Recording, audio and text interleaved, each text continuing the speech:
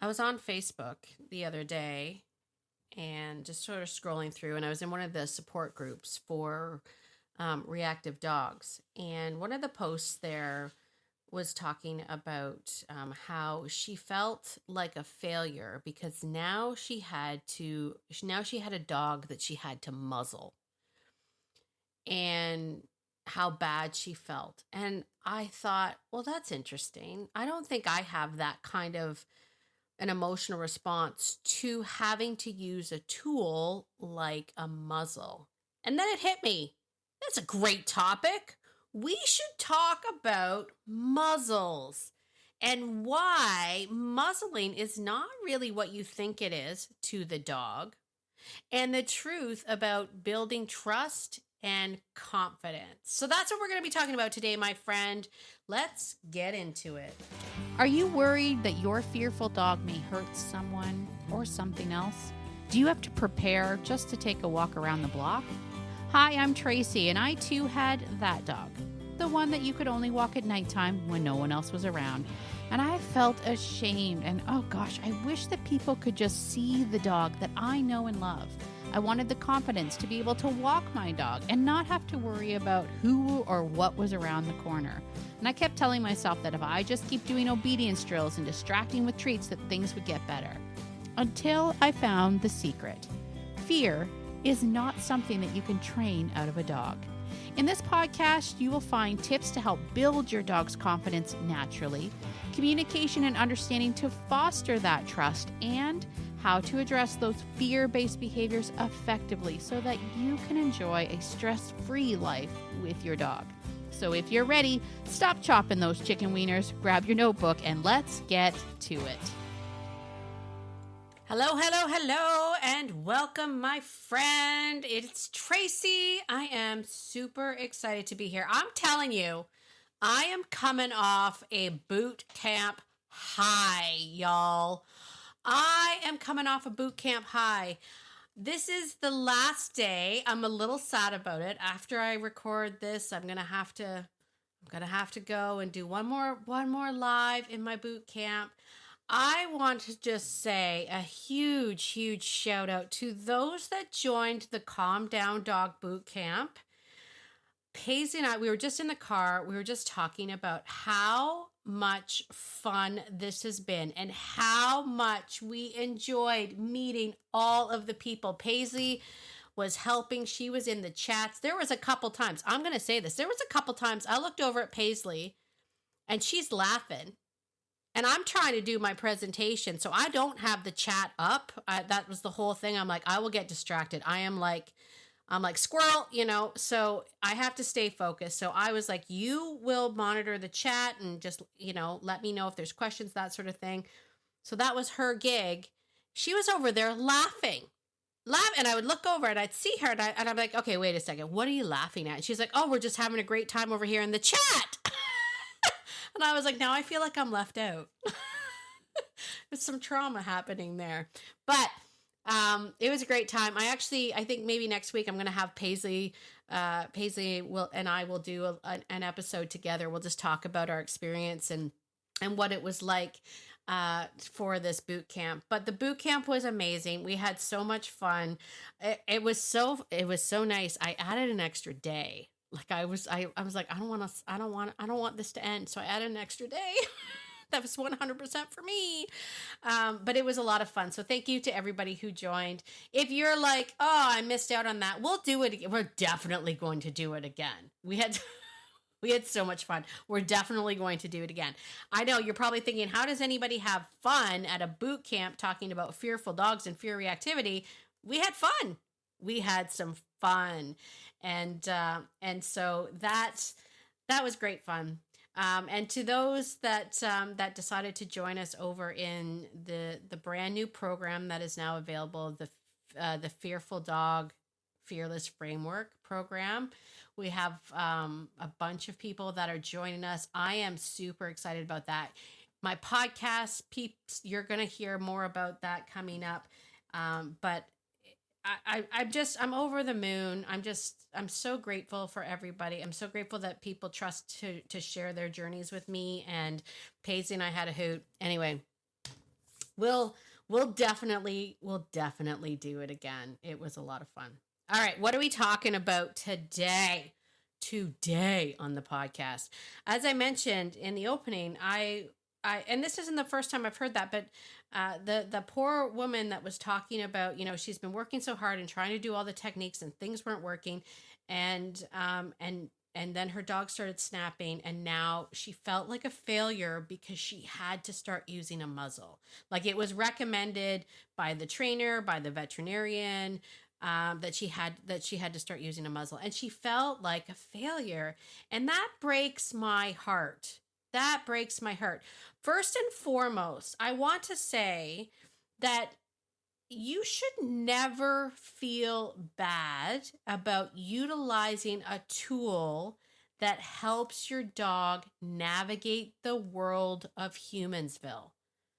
Okay? You should never, please hear me when I say this. And when I say tools, I'm talking about all's the tools, right? All of the different tools, every single dog human combo is different.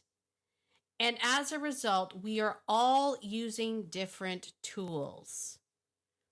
Tools that help amplify our communication, tools that maybe help you as the human. Sometimes we need to utilize certain tools because we have an injury. Sometimes we have to utilize certain tools because we have a dog that is really struggling right now and they're using their mouth to express themselves. We need to use tools. That is no indication that you have failed your dog. Please hear me when I say that. I am somebody who, I have, as you know, I have lots of dogs. I only have 8 right now. But at one time we had 19 dogs. And in those 19 dogs, all of them had, at different stages of their life, were wearing different types of equipment. All of them had different types of tools. And I think it's fair to say also that we have to recognize that sometimes you can use a tool for the rest of your dog's days. That's fine. But there are some tools that we use temporarily, right? Sometimes we need to utilize something for a time being. But it is no indication of you as a failure. Please hear me when I say that. I really get upset. And I think a lot of it comes from this place of all of the discussion going on about different types of tools and all of that stuff. And I don't want to get into that because I hate it so much. It's the part of the dog training industry that if I could remove myself from that part of the discussions, I would. But what it ends up being, because of all the arguing and bickering going on in the dog training world, we end up with poor people, good intention, well-meaning, dog-loving people that are made to feel less than because of choices that they have to make. And I want you to know that nothing could be further than the truth, okay? So please hear me when I say that. Now, does that mean that you shouldn't take the time to learn how to use the tools? Of course you should do that. You should totally do that. And that's what we're going to talk about today. So today we're talking about why muzzling is not actually what you think and the truth about trust and building confidence with your dog. So here's the big takeaway point. I'll just get right to it. The big takeaway point with muzzles is that muzzles are actually for the people. They're not for the dog, okay? They are so that we can confidently do the work that needs to be done to help get our dogs past this stage. Now, for some people and for some dogs, that may mean, and I will say this as a sidebar, some dogs are legally obligated to wear muzzles, and so that's a whole other thing.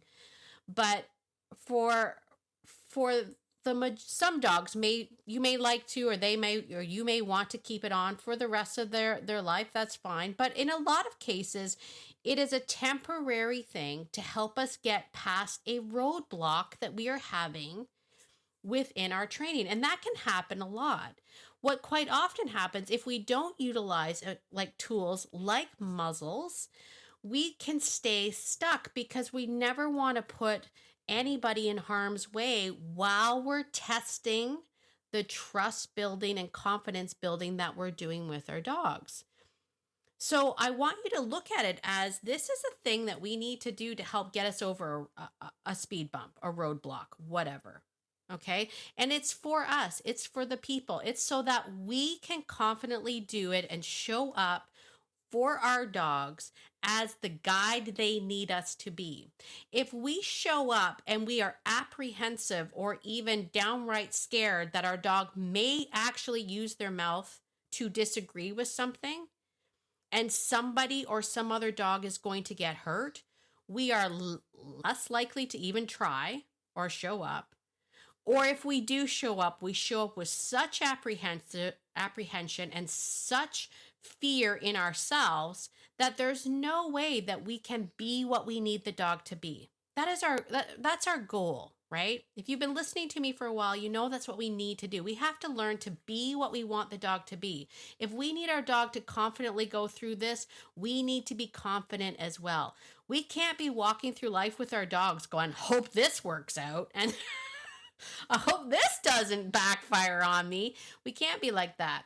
So muzzles provide us with a sense of security that if something goes wrong, if I maybe am not quite at the stage of trust building with my dog where my dog is able to handle this, if I maybe have put too much expectation on my dog, if that's the case, and my dog isn't ready for this, and they try to use their mouth, they're not going to hurt somebody. And that's pretty powerful. That allows us to try something.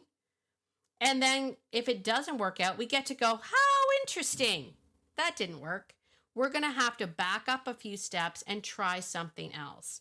But if we don't have that safety feature, that seat belt, so to speak, for this particular event sequence, if we don't have that, then we are going to either be apprehensive about doing it, or we go steam full ahead. It's not the right time. Something happens, and now I have a dog that bit somebody. And now I've shattered my trust in my dog. My dog's trust is shattered in me, and we're going to take a huge step backwards. Okay, so the muzzle is going to give you the confidence to show up and be the person that you need to be. And here's something else. When we talk about doing muzzling, we're going to do what we call muzzle conditioning. And I personally don't have a video on this, but there are tons of videos on how to muzzle condition your dog. What you're going to look for in that is the people that teach you how to, you want to get one of those basket type muzzles. So something where the dog can easily open and close their mouth. We don't like the ones where it tightens and keeps their mouth shut. Okay, sometimes like we'll use those kind of muzzles in like vet clinics, sometimes for grooming. But the disadvantage of those is the dogs can't pant or move their mouth, right? So it's only for short-term muzzling stuff. It's not for like going out for a walk. You can't wear those types of muzzles. So please do your research and look for like a basket type muzzle, one that the dog can open and close its mouth. When you're looking for those muzzle conditioning videos, you're going to look for the ones where people are teaching you to basically use food, and we're going to teach the dog to put their face in the muzzle. We're never going to get we're not going to get a muzzle and then just strap it to the dog's face and be like, this is your new reality. Like we don't want to do that. We want to make it like it's the dog's idea. We're going to train the dog. And I like to do fun things like when I get my dogs ready to go outside, I like to say, like, we got to get geared up or dress up. Like, we got to get dressed. Let's go get dressed, right? So I add a fun little command to it once it's taught. You don't do this first and follow a muzzle conditioning video. But once it's taught, then I add the command like, let's get dressed, right? So it changes our mindset on it that this is just another thing that my dog has to wear when we go out for a walk. Right? Just the same as like when I put on your collar and I say, let's get dressed. You got to put on your collar, and we put on your leash, and we put on your muzzle, and it's no big deal. And if you train it this way, and this is the biggest part, you have to let go of the guilt and shame that you feel about using a muzzle, because it doesn't really, like anything else, it doesn't mean anything to the dog. It really doesn't. It's just something else. I mean, we don't feel bad about putting a collar on a dog. And yet most puppies, when you first put a collar and a leash on, they'll fight it because they're like, ew, why are you holding me back? I want to do my puppy things. We don't ever feel bad about the collar and leash and go, oh, you poor thing, you don't like it. We're like, this is a reality. You got to wear a leash, you know? I want you to have the same sort of idea with the muzzle. It's not a bad thing. You know, we don't need to go, oh, I feel so bad for you. You have to wear this muzzle. Like, there are even, I've seen, some of them are funny. There are even now muzzles that are different colors or painted different ways so that the dogs, there's some, have you seen them? Tell me in the comments if you've seen them. You know, the muzzles where like they'll put the Joker smile on them and stuff like that. It kind of takes the sting away from the fact that it's a muzzle. But I mean, if you want to do something like that, but you can certainly research your muzzle. You want to make sure, do all the research, make sure it's well fit, make sure that it's, you know, all of that stuff, use the videos, all of that stuff. Do your due diligence is what I'm saying. But I mean, if you remove your emotional response to the muzzle, especially if it's negative, if you remove that, it won't mean anything to the dog. It'll be like putting on a collar. Like it'll mean like, oh man, this is part of my gear that I wear when I go for a walk, right? No big deal. And nowadays, I mean, especially with dogs that are fearful, we're busy strapping so much stuff on them. We've got the do not pet vests and the yellow, is it yellow leashes or yellow bows or whatever that mean don't come near me or I need space or all that stuff. Like we're dressing our dogs up. This is just one more thing that you can add. So you don't need to worry about the dog going, oh man, I can't believe I have to wear this muzzle. Like they're not walking around being like, I'm so embarrassed, Bill, look at the thing she put on my face. Like they're not doing that. Now, I will say, in all honesty, well, not in all honesty, I'm always honest. All jokes aside, that's what I meant to say. All jokes aside, for dogs that have already used their mouths to make a point, some of those dogs may struggle with it. And here's why. Let's get into their headspace of the fearful dog. If you have a fearful dog that's been pushed so far where they felt the need to use their mouth and now they're snapping, when we put a muzzle on, we've removed that from them. And that may be challenging for them for a short time, because keep in mind, if you're like doing like my work or you're in the fearful dog program with me, we're going to be talking about all of the things that you're going to do to step up for your dog. Our goal is that you don't need to react to that because I'm going to respond to that. We're going to be looking for threats. We're going to be doing all that work. So it's a temporary moment where if they were used to using their mouth and that made them feel better, like they felt like they had to do that to get people or other dogs to give them space, when we start giving them the space they need and they're wearing their muzzle, it'll start to be okay. Okay, I just want to put that out there because some dogs are going to protest to it, especially those that have, as I said, in the past, used their mouth to make a point. When you take away that, it's very challenging for them. Okay, so we'll give some grace for that, and we'll just have to be like, you and I, buddy, I know you may not like this, but we're going to get through it because it's okay. But hear me when I say you in your mind have to feel great about using this muzzle and take all the negative connotations out of your own mind, because if you're feeling bad about it, you will make your dog feel bad about it. No question about it. If you feel bad about it, your dog is going to feel bad about it. If you're walking down the street embarrassed because your dog has to wear a muzzle, your dog is going to feel that. And we don't want that.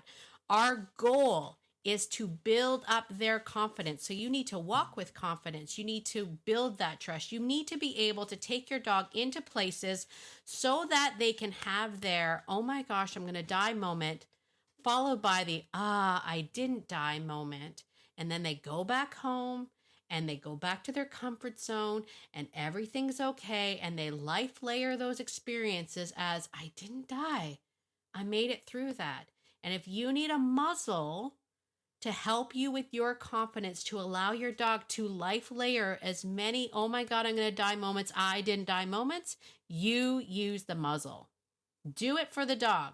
Know that you're doing it for the dog. This is going to allow us to experience the world so that I'm confident for you, right? That's part of being a great guide and a great leader. I'm going to be confident for you so that you can start to build confidence. Does that make sense? I hope it does. And I really hope, I mean, I don't know if the woman with the post on Facebook, if she's a listener, I hope she is. And I hope you hear me when I say that. Please never feel like you are a failure or that you are somehow letting your dog down because now you have a dog that needs a muzzle. That's not how I want you to look at it. You're doing all the right things. If you're muzzle conditioning your dog, you're doing all the right things. Hey, listen, if you liked this episode, my friend, if you liked this episode, or if you know somebody that you're like, they're really struggling with this, and maybe you know somebody where you think their dog might benefit from having a muzzle, but they are feeling like, maybe just share this episode. Share this episode with other dog lovers, right? Let them know it's okay. Muzzles are okay. It's just another tool in your toolbox, and there's a good chance it's temporary. Could be temporary. May not be. I'm not promising. I don't know you and your dog yet, but it may be temporary. So let's just get over it. Let's do the things that we have to do to be the person that we need to be. Be the person that your dog needs you to be. I think that's it for today. Oh my gosh. I'm telling you, I got to get back. Today's the last day of boot camp. I want to get back and talk to my friends in the boot camp. But for you, my friend, thank you very much for joining me today. As always, get out there today and be the person that your dog thinks you are. Because your dog thinks that you are amazing, and so do I. Have a great day, everybody, and we'll see you all next week. Bye for now.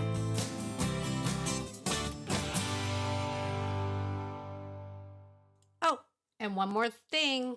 As always, this podcast is meant for education and entertainment purposes only and is not meant to replace hands-on training. If you are really struggling with your dog's behavior or you believe your dog is a threat to you or others, please reach out to a trained professional in your area. All right, I think that's it. Bye for now.